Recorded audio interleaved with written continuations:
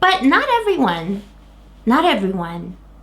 had things to say that were complimentary of the European Union today, in the European Union. And this is the scandalous thing that happened. Like, I know Boris Johnson is a scandal himself, but this is a real scandal to me. And I'm boiling. I am boiling because of this.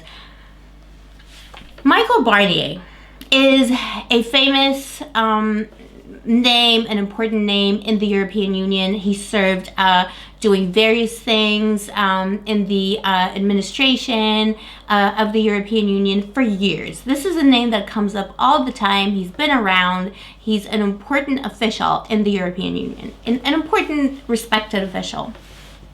Michel Barnier.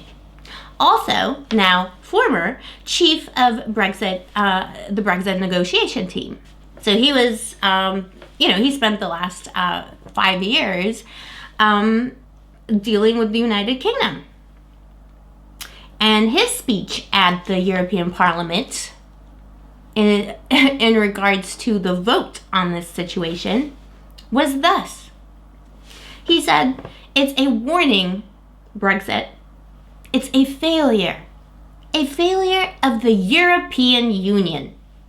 And we have lessons to learn from it as politicians here in the European Parliament and Council, in the Commission, in all of the capitals. Why did 52% of the British people vote against Europe?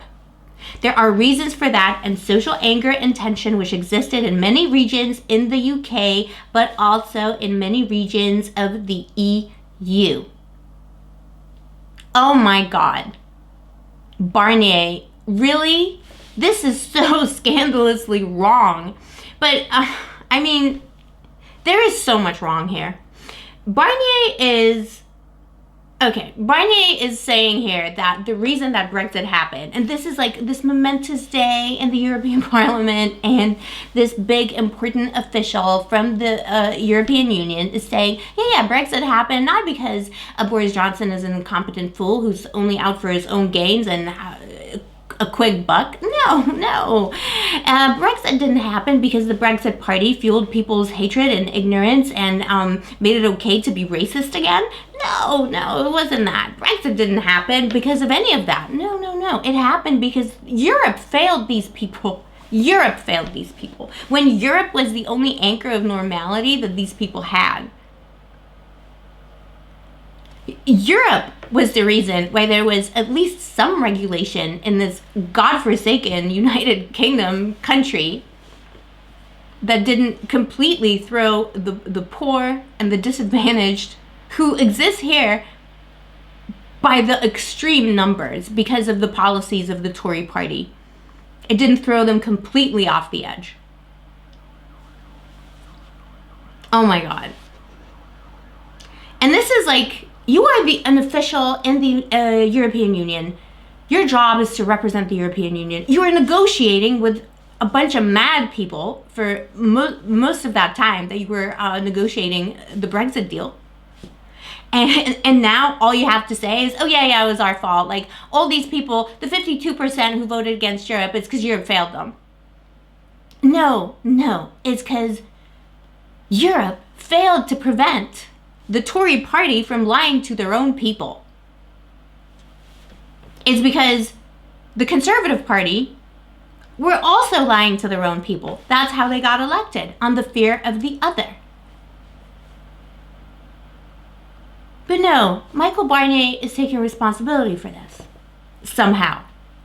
It makes me insane to think that a man like this, on a day like this, is saying that it's a European failure. Europe is not yet the United States of Europe, although it should be, and that is my vision of Europe. It is a federation of different states who have their own governments and their own ways of governing and their own narratives of the body politic. The body politic in the United Kingdom has always been the body politic of disgusting white supremacy, eugenic ideologies connected to neoliberalism, and an American psycho attitude to who gets to be on top and who gets to win and who goes to the wall. That is what caused Brexit, Michel Barnier. It wasn't Angela Merkel taking the high road when that idiot was calling her a Stasi apparatchik. And you can say a lot of things about Angela Merkel, but the fact that he said that is so insulting in that region. Stasi, of course, was the secret police in East Berlin. Angela Merkel works for the European Union so well, partly because she has that background, because she's from East Germany.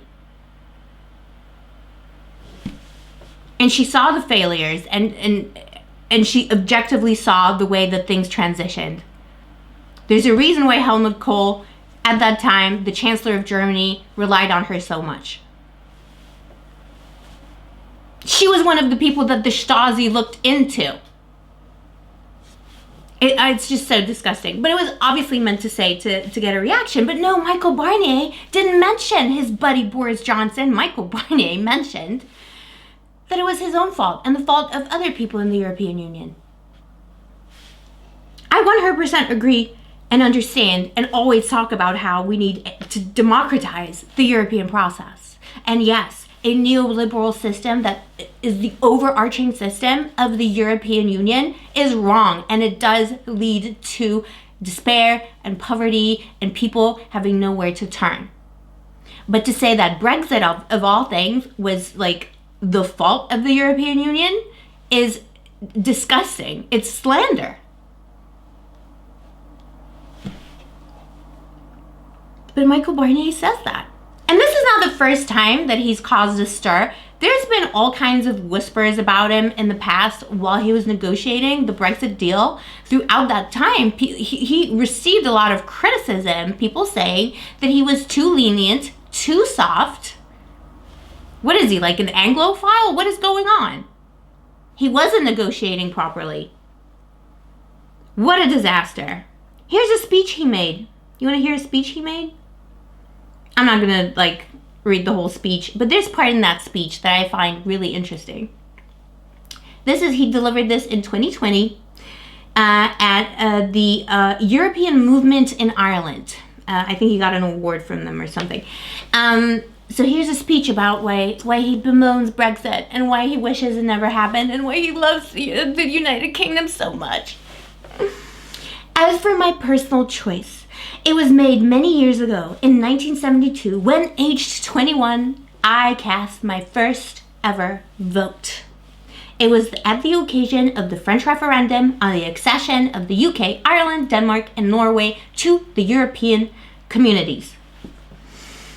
I voted yes. To this day, I continue to think that I make the right choice. For two main reasons. Firstly, because whether the UK is an EU member or not, our paths are and will always be intertwined. The UK is your and our closest neighbor. So he's talking to Ireland. No, the UK is actually not the continental Europe's closest neighbor. To be precise, Barnier. Our long-standing ally and friend. Well, it depends on who you're talking about. They were not the long-standing ally and friend of the people of East Germany who were partitioned partly by the United Kingdom. As I have said before, never will I forget what the UK did for France and for Europe during the Second World War. Oh, you mean they waited for all the little countries with the brave people in them to bleed out while they went against the Nazi army, and then when there was no choice, they participated in the war? And then they whitewashed history and forgot about all the ethnically diverse people that fought on the right side of history? Or do you mean the millions of people killed by Churchill in India to feed the troops? Yeah, say that to Angela Merkel. I don't think she thinks that. Oh yeah, and then when the war ended, they partitioned Europe. So yeah, I guess half of Europe doesn't have the same sentiments. Barnier. Whenever I say Barnier, I sometimes think Garnier. Okay, anyway, and then he writes, and then he says,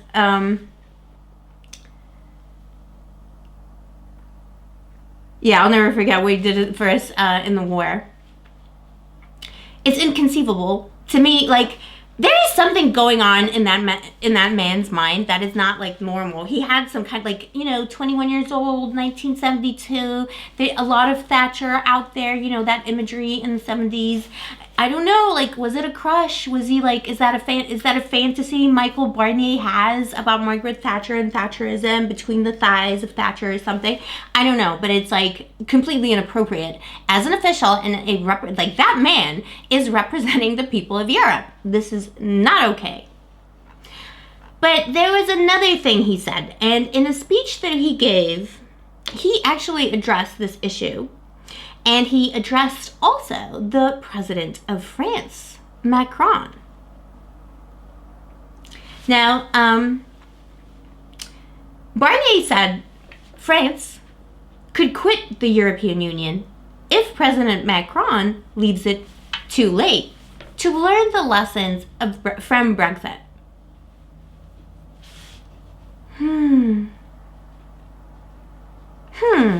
That's interesting. Why would he say that? Why would Michel Barnier say that? It's almost as though he's trying to score a point with Macron. Why would that be? They're kind of on the same side of politics. They're both centrists. They kind of function in the same party circles in the European Union. Oh, yes. Because there's been a rumor going around France for a long time that Michel Barnier is going to run for president in 2020. And Michel Barnier has neither confirmed nor denied, but the word on the political street is that he is definitely feeling the feels and feeling his way through France to see if he can run, if there is enough public support. And that speech and that addressing of Macron directly and talking about Brexit and maligning the European Union is part of this campaign. He's going to run for president. And that's the line he's running on. That's the line he's running on. He's appealing to a center-right conservative faction. That is strong in France. And he's like, literally, he just threw the reputation of the European Union under the bus because he wants to run for president and it's all for him and for his own gain. Never trust a conservative, ever. This is outrageous. I am personally outraged by this. This should not happen. People like that should not be allowed to use the procedures that happen in the European Parliament and that happen in the European Union, particularly when dealing with a situation as important, as sensitive as Brexit. That man should not be allowed to speak this way. And if anyone is going to take the European Union seriously, like he says, he's basically threatening Frexit. If you want people to stay in the European Union, you need to prioritize the union of the people, not your own little bid for presidential candidacy and your political career. It's disgusting. I'm so disgusted by Barnier. I cannot even tell you. I'm so disgusted by it. And you know what?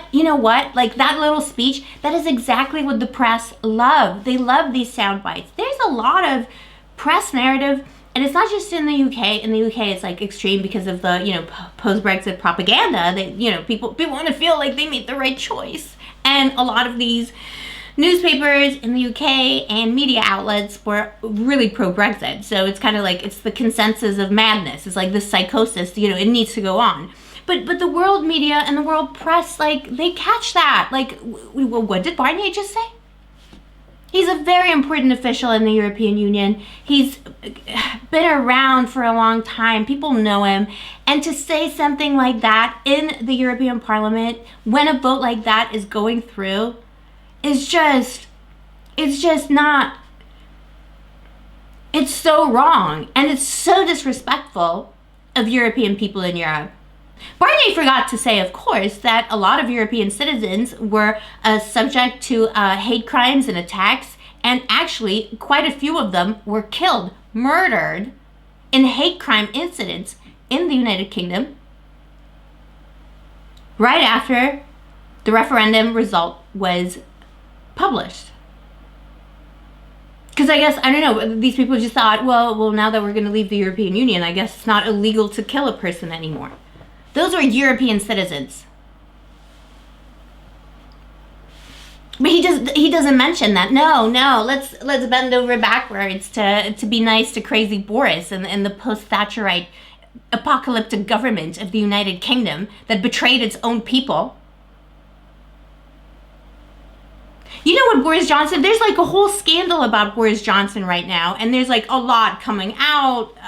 That's like another story that I'm definitely going to follow here. Follow up in the next shows, because it's kind of growing and developing, but it's like, basically, it's corruption scandals in the Tory party. Oh, no shit. But the thing about Boris Johnson is that he has no human feeling. Like, there's this, like, it's almost like a meme. Like, it's an apocalyptic meme. He said that he would, the United Kingdom is just coming out of the third lockdown because of the COVID. And Boris Johnson loves the economy so much, and he thinks that corporate interests are so important, especially in London, that he reportedly said in a private conversation that he would rather have the bodies pile up than go into a third lockdown. This is making the rounds in the press. He said a lot of other things, and he's incriminated in actual corruption scandals and other things like that. And that's always been the case for Boris. But to say that, like, just the imagery of this. And Barnier is bowing down to Boris Johnson. Yeah, let the bodies pile up. Let the bodies pile up. It was our fault. It was our fault. This is crazy. I am not for this. Like, at what point when you're, like, sucking someone off, like, at what point does that, like, do you suck yourself in and come out the other end? I'm sorry, the imagery, I know it's disgusting, but it's just, like, the whole thing is disgusting to me. I really appreciate you watching this. This is all very new. I have, like, this vision for European news that's critical, that's progressive, that's different. Will it work out? I hope so. One way or another. I know there's a taste for it. I know there's people interested in these issues, and I know that there's people who are affected by those issues. So I trust that you will be here next time, and that you will be interested, and that you will support the show however way you want. If you could subscribe, that would be great if you're interested. If you didn't like the video, give it a thumbs down. Negativity is also attention. I will take it. If you're Slavoj Žižek, thank you for your inspiration, and thank you for Slovenia. And I hope that the next time I see you, Alexei Navalny will still be alive, and I hope that Denmark will no longer be racist. We'll just have to wait and see. Until next time, my friends, take care, and most importantly, stay safe out there.